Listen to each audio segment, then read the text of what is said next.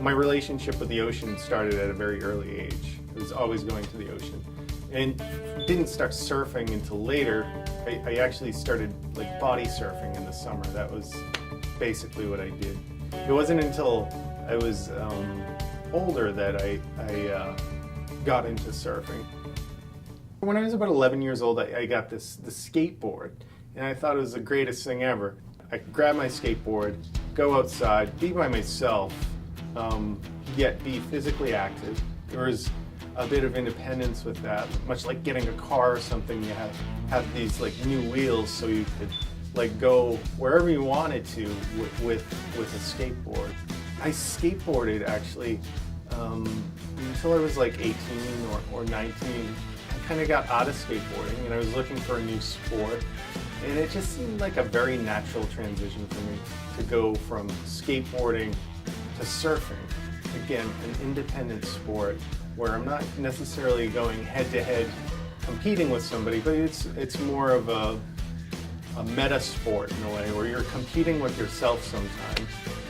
Surfing, to me, was the perfect vehicle to attain this kind of self-reflection that I was looking for in a sport.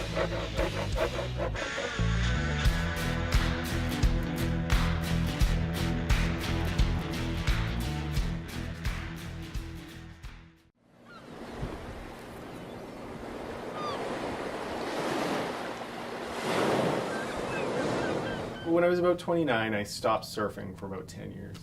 And really what happened was life got complicated. One, I had a kid. Two, I moved inland, an hour away from the ocean. My daughter was born in about 2003, and the thing about children is they're little time thieves. They're little time bandits. They steal away all your time. So the time that you would spend surfing, you would be changing diapers and chasing a 2-year-old around and,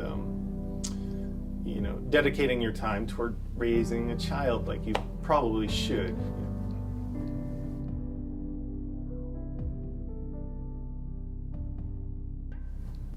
In about 2000, I lived in Central California. I lived in the Morro Bay area, and it has a pretty big surf scene. They definitely have more consistent surf on the West Coast than East Coast. I got a job where I was working, 40 hours a week, Monday through Friday. Maybe I'd have time on the weekend. I'd go, I say I quit. I'd surf maybe a week out of the year. The person that I was with at the time wanted to move back to the East Coast, so we eventually did. I grew up, we weren't poor, but for a while technically we were poor. We were on welfare for a while. To climb out of that was challenging, and so I spent a lot of time growing my business and also trying to develop myself professionally. My grandmother, she used to work 7 days a week up until she was 86 years old. She was always moving, always hustling, always moving around, always doing something. The one thing she instilled in me was this idea of always keep moving, because when you stop, that's when problems occur.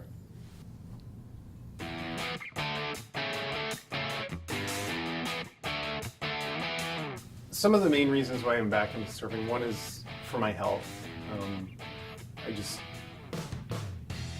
like I was talking about before, continually moving. I think surfing is part of that. It's this continuous kind of movement and exercise, self-reflection, it's meditative. I mean, in a sense, it's very spiritual and also very physical at the same time. Surfing has been a great way for me, especially in my 20s, to travel and meet people from different cultures and surf different waves all over the world. Surfing is pretty important to me at this point in my life. Usually I'm pretty motivated. If the waves are good, I'm out there, and it doesn't take a lot of prodding to get me off the couch and out in the lineup. Do I wish that I lived some other life? I don't think so at this point. I mean, you know, the things in life that I think about that I wish I had done is maybe take better care of my teeth, got less credit cards. The way that I envision my life 10 years from now is maybe even less busy and surfing more.